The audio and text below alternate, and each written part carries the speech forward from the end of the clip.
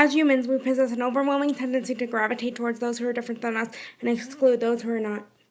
This tendency is known as intergroup bias and is something I've seen significantly play out in my life and work in the disability community.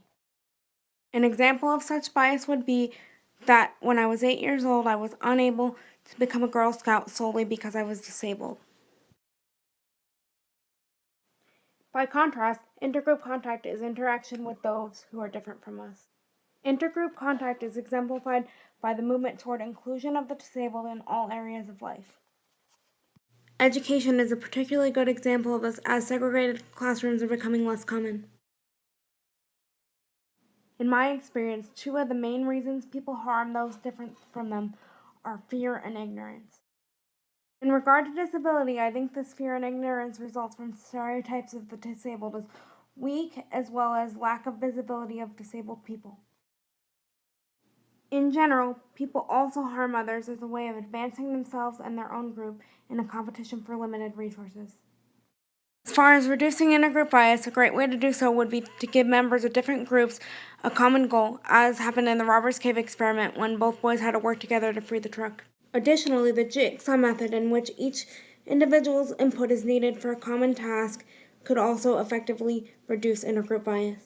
From a personal standpoint, one way I've found to reduce such bias is to allow friends, family, and others to spend some time in my chair and experience disability for themselves to a certain extent. Education can also be an effective way to reduce intergroup bias, thus I love speaking at schools. In doing so, I try to normalize disability in a way children understand, i.e. having them create stories with their favorite superheroes alongside disabled characters. In his film, Dr. Keon West outlined a few ways in which intergroup contact helps reduce intergroup bias. These ways include reducing the anxiety we feel around those that are different than us and lessening the stereotypes that lead to prejudiced attitudes. In my own experience, I've also found that intergroup contact increases empathy between groups for the struggles of another.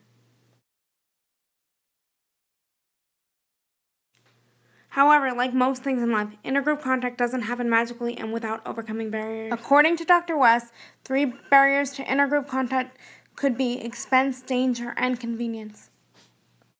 In addition to that, particularly in regard to the disability community, I found accessibility to be a major hindrance to intergroup contact. Furthermore, I think the biggest obstacle towards intergroup contact can sometimes be an unwillingness to put ourselves in the shoes of others, and that goes for any group, not just those with disabilities.